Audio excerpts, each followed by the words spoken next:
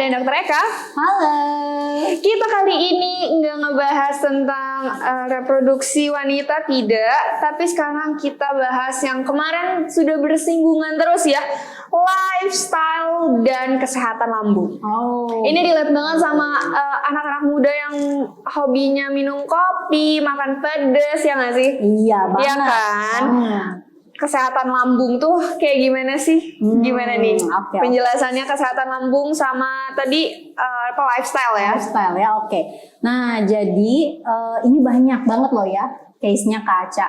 Mulai dari anak-anak nih bahkan sekarang. Iya sih, benar. Lambung pasti anak SD. Ada yang udah usus buntu di SD. Itu kan kayak, aduh ini makannya apa ya? Sorry gitu kan. Oke, nah jadi emang ini tuh di semua kalangan banget. Apalagi ya jangan ditanya lah ya kalau misalnya anak-anak muda nih, generasi Gen Z lah ya gitu kan. Udah banyak banget pilihan makanan yang meningkatkan asam lambung gitu ya. Dan tetap dikonsumsi. Nah, maaf, itu saya sebagai perwakilan anak-anak Gen Z ya. Maaf, cuman gimana ya enak. Oke, nah jadi sebetulnya ketika kita merasakan ada gejala nyeri ulu hati, mual, muntah, atau bahkan sakit kepala, nyeri sampai ke punggung, ada yang rasanya kayak sampai kecekik, panas dada, deg-degan, berdebar. Nah, biasanya ini dari asam lambung gitu. Itu yang disebutin kayak makanannya tahu. Aku kemarin begitu. Ini semuanya ada di aku. Itu kayaknya kemarin aku deh. Kayaknya aku benar-benar jompo banget deh ini. Oke. Nah, jadi memang prosesnya adalah meningkatnya asam lambung gitu, Kak. Jadi ketika asam lambung meningkat, gejala-gejala yang tadi disebutkan itu bisa dirasakan sama kita. Gitu. Terus jadi dari makanan juga ya? Ya, betul, makanan. Berarti makanan tuh termasuk lifestyle kan? Termasuk. Jadi bersinggungan tuh. Betul. Jadi kalau misalkan asam lambung juga maksudnya penyakit-penyakit lambung tuh memang dari pikiran juga sih sebenarnya kan? Betul. Pikiran, terus pola hidup, pola makan, pola istirahat, memang benar-benar si lifestyle itu ya. Betul banget. Jadi ke lambung. Kurang tidur juga salah satunya ya. Jadi efek sampingnya adalah ya asam lambungnya meningkat gitu. Nah, jadi teman-teman sebetulnya tidak hanya jenis makanan aja, tapi pola makan juga harus diperbaiki. Contohnya, makan sehari 3 kali nih contohnya gitu ya, di jam yang sama kalau bisa gitu. Jadi misalnya ini 7-12-4, 7-12-4, besoknya 7-12-4. Kadang kan kalau kita skip deh sarapan, nanti aja jam 10 brunch gitu ya kan. Nah, brunch aja deh gitu kan. Nah, ini sebetulnya membingungkan lambung untuk meregulasi kondisi tubuh gitu. Nah, sehingga ketika ada hal-hal seperti itu asam lambung sangat mudah meningkat kayak gitu. Dan boleh ya sebetulnya untuk para penderita asam lambung nih, yang baiknya itu per 2 jam diisi. Ya nanti makin bem-bem kroni. Diisinya ya jangan sama chicken, nasi gitu kan. Nah, diisinya ya buah, sayur, makanan yang sehat gitu dan yang tinggi serat gitu. Jadi ngemilnya tuh ngemil buah, ngemil salad mungkin ya. Betul. Misalnya boleh juga tuh kayak wortel dikukus. Aduh, sehat banget. Tapi nggak sih bener sih. Ya memang harusnya seperti itu ya. Maksudnya memangnya seharusnya memang wortel rebus, semua makanan tuh memang seharusnya direbus ya. Bagusnya direbus ya, karena kan memang jadi lebih rendah kadar lemaknya dibandingkan digoreng, atau lebih rendah kadar karsinogennya dibandingkan dibakar gitu kan ya. Jadi memang ya lebih bagus karena lebih watery lagi kan ya gitu. Nah, dan kita juga sebetulnya salah satu mencegah asam lambung naik itu yang paling mudah adalah mencukupi kadar minum kita dalam sehari. Iya memang isi 8 gelas sehari itu memang penting ya. Betul banget. Jadi kalau kita sudah mulai teratur, tidak memakan makanan yang misalnya pedas nih, yang naikin asam lambung ya, pedas, yang rasanya asem, betul, santan, kopi, kafein, teman setia itu, teman setia revisi. Jadi curcol. Terus soda, terus makanan yang mengandung gas ya kayak durian, nangka. Nah, itu kan Nangka juga ya? nangka juga itu dia banyak gasnya jadi meningkatkan asam lambung juga. Nah, kita jaga nih makanan-makanan tersebut walaupun memang tidak semua orang misalnya nih ada orang yang kuat sama pedas tapi nggak kuat sama kopi. Ada orang yang kuatnya makan asam tapi kalau sama pedas enggak gitu. Nah, jadi memang setiap individu beda-beda. Tapi sebaiknya dihindari agar tidak terjadi asam lambung yang meningkat atau sindrom dispepsi atau bahkan sampai GERD gitu. Nah, ngomong-ngomong masalah GERD nih. Iya. Apa sih bedanya si GERD sama MAH? Jadi kan kayak kita tuh sebenarnya nggak tahu dia asal self diagnosis gitu loh. Iya aku GERD, nggak bisa aku GERD, aku sakit GERD gitu kan. Apa sih perbedaannya Oke, gitu? oke. Sama MAH yang biasa kita telat makan kan sama MAH betul, ya. ya, betul. Sama GERD itu apa sih? Sebetulnya persamaannya sama-sama asam lambungnya naik. Cuman batasnya sampai mana gitu. Jadi kalau MAH itu asam lambungnya naik di batas ya di lambung, tapi meningkat gitu dari seharusnya.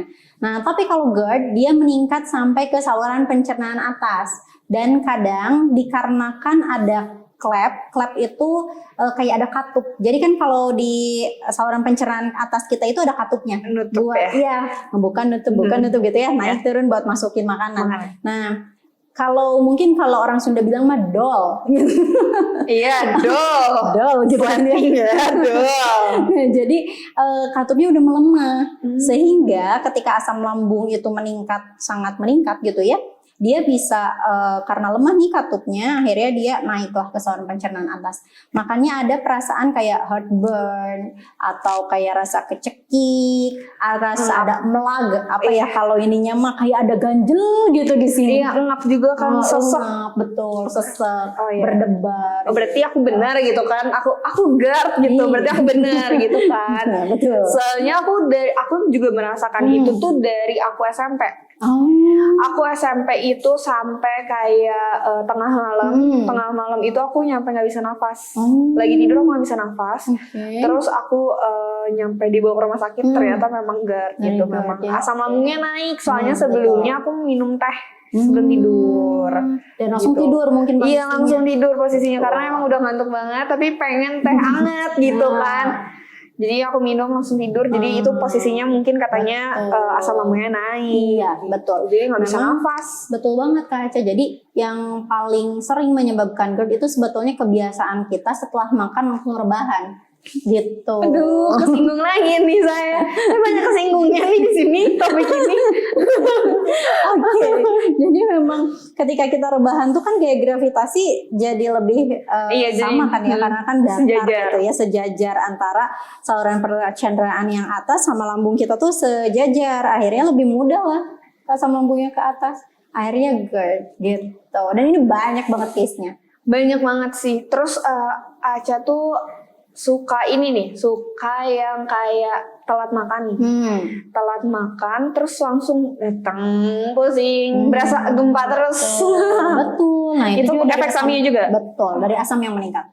Gitu. Karena kayak sebetulnya ini tuh kayak sinyal sih ya dari tubuh kita bahwa kamu kok ini gak ada isinya ya, tolong dong Please, diisi gitu tolong, kan. gitu. Nah, itu sebetulnya sinyal. Cuman kadang kita tuh suka ya apa sih ya udahlah bisa nanti gitu. Nah, kita suka tidak peka terhadap sinyal itu gitu, terhadap sinyal tubuh kita sendiri sehingga lah terjadilah penyakit kayak gitu. Gitu. Tapi aku pernah di fase yang ini baru aja terjadi kemarin gitu kan. Ini benar-benar yang kemarin banget. Aku tuh seharian nggak makan dan nggak minum karena aku lupa. Kok bisa? Semua orang pasti langsung kayak, kok bisa sih? Tapi beneran ini terjadi baru kemarin banget. Aku ngerasa kayak aku baru jam 5 tuh kayak, oh iya aku belum makan belum minum. Ya Allah. Nah itu tuh nggak apa-apa gak sih atau kayak gimana? Aku takut jadinya aku takut gitu kan. Sekarang lagi ngebahas ini kayak, ayo deh besok aku tanyain gitu kan. Aku langsung kayak besok aku mau tanyain deh ke dokter Eka ini mbak nggak apa-apa enggak gitu. Ya sebetulnya nggak boleh ya gitu karena tadi kita punya jam lambung kita sendiri itu punya jam-jamnya untuk dia bekerja gitu. Jadi ketika jamnya tuh nggak teratur, ibarat kayak misalnya tuh mesin lah ya gitu, dia tuh kadang di on terus tiba-tiba di off. di on, tiba-tiba di off. Nah kayak gitu, rusak juga kan. Iya, Sama betul. asam lambung dan lambung kita pun seperti itu gitu. Jadi ya memang bagusnya kalau misalnya memang pengen betul-betul sehat ya terus di jam yang sama. Nah sama seperti halnya puasa gitu kan ya. Nah kalau puasa kok kenapa kita nggak naik gitu asam lambungnya? Mungkin pada saat hari-hari pertama puasa akan ada ya adaptasi dulu. Tapi setelah kesini semakin Udah ya terbiasa. tengah-tengah lah udah terbiasa sehingga oh iya lambungnya tahu oh jam segini makan, nanti nggak makan nih seharian, baru nanti makan lagi. Nah karena sama terus. Dengan pola yang tadi dokter bilang kan 7-12-4 7-12 karena terbiasa gitu Betul. ya. Kan sekarang tuh lagi kayak anak-anak zaman sekarang tuh suka banget diet. Nah, si diet ini kan pasti ngeganggu banget ya buat lambung gitu kan. Kayak gak aku gak mau makan, gak aku diet, nanti aja aku makannya. Nah, ini gimana nih sama si lambungnya ini? Oke, nah sebetulnya ketika sedang diet gitu ya, kita tuh bukan berarti kita tidak makan sama sekali kan sebetulnya. Betul. Dan tergantung jenis diet apa yang diambil, tergantung jenis diet apa yang cocok untuk kita sebetulnya gitu. Jadi kita pengen ambil yang mana nih yang paling mudah diadaptasi untuk tubuh kita gitu. Karena kan kita sendiri ya yang tahu terhadap diri kita gitu. Jadi kita ambil cara diet yang memang cocok untuk tubuh kita sehingga lebih mudah mengadaptasi tersebut tubuhnya. Nah, contoh misalnya nih dietnya intermittent fasting nih. Nah, kita kan bisa ngambil intermittent fastingnya tuh pilih jam. Betul. Gitu. Di jam misalnya di jam malam nih kita nggak makannya. Makan. Gitu. Terakhir makan jam 4 nih. Nah, itu kan sebetulnya malah bagus. Bisa ya, bisa dilakukan gitu. Jadi bukan nggak makan sama sekali ya, karena kita tetap butuh energi, butuh aktivitas gitu kan, dan dibakar energinya untuk bahan aktivitas kita gitu. Jadi ya jangan sampai nggak makan sama sekali. Harus dikonsultasikan sama dokter gizi ya. Betul banget. Jadi lagi-lagi jangan kayak asal-asal tahu dari internet. Jangan. Memang internet tuh membantu, tapi kan setiap orang tuh berbeda-beda ya. Jadi kebutuhan misalkan kadar airnya dalam tubuh aku, dalam tubuhnya dokter juga berbeda kan. Betul. Jadi harus dikonsultasikan sama dokter gizi sebelum kalian diet, daripada nanti asam lambungnya naik, GERD, malah jadi susah lagi kan buat makan enak ya, buat nantinya jadi mendapatkan tubuh yang ideal tuh jadi susah banget ya kan. Iya. Nah sekarang ada kita masuk ke sesi pertanyaan. Boleh. Ada tips dari dokter buat yang punya GERD tapi suka ngopi gitu. Nah, ini kayaknya pertanyaan mewakili aku juga sih. Makasih ya udah ditanyain. Gimana nih, ada tips gak dok kalau misalkan punya GERD kayak aku, tapi aku suka banget sama kopi, dan kopinya tuh aku tuh memang sukanya tuh yang strong. Oke. Gitu. Tapi setelah minum kopi itu gimana tuh? Enak aku aja? sih biasa aja, enggak yang jadi tremor, enggak yang jadi gimana. Jadi aku asal diisi dulu sih sebelumnya. Oh gitu. Nah jadi memang Aku setiap pribadi orang ya betul, setiap orang tadi kembali lagi setiap individu beda-beda, setiap individu punya kekuatan lambung yang berbeda-beda terhadap suatu makanan gitu. Nah kalau teman-teman ngerasain setelah setiap minum kopi ngerasa mual atau nyeri ulu hati, ya sebaiknya tidak dikonsumsi. Atau kalau misalnya kayaknya ini masih kehandle sih gitu ya, cari yang memang kadar kafeinnya tidak strong gitu ya. Jadi cari yang rendah lah kafeinnya yang gitu light ya. gitu ya. Yang light gitu. Nah, tapi kalau misalnya teman-teman oke nih lambungnya diisi kafein, ya boleh aja sesekali gitu ya, tapi jangan terlalu sering juga, karena tetap pada akhirnya ada masanya ketika lambung udah nggak kuat, ya dia otomatis bakal ngasih sinyal lagi gitu. Udah nggak kuat nih, kamu minum kafein terus gitu. Udah dong puasa dulu kopinya. Nah gitu. Jadi gitu. Sebetulnya boleh dan dirasakan sama kita sendiri gitu. Maksudnya apakah ada gejala setelah minum kopi atau tidak gitu. Terjawab ya, terjawab. Aku juga sih, makasih udah terjawab juga. Sama-sama. Jadi kalau misalkan lebih diseling-seling aja gitu ya, jadi jangan terus-terusan kopi gitu ya. Makasih Dokter Eka. Sama-sama. Hari ini lebih ke kayak curhatan aku ya sebenarnya. Ini tuh di episode kali ini tuh lebih kayak kecurahan hati aku, kayak Mewakili ini gimana, mewakili banget gitu, gimana nih lambung, tentang lambung, tentang kopi tadi, karena memang aku edik banget sama si kopi itu gitu kan.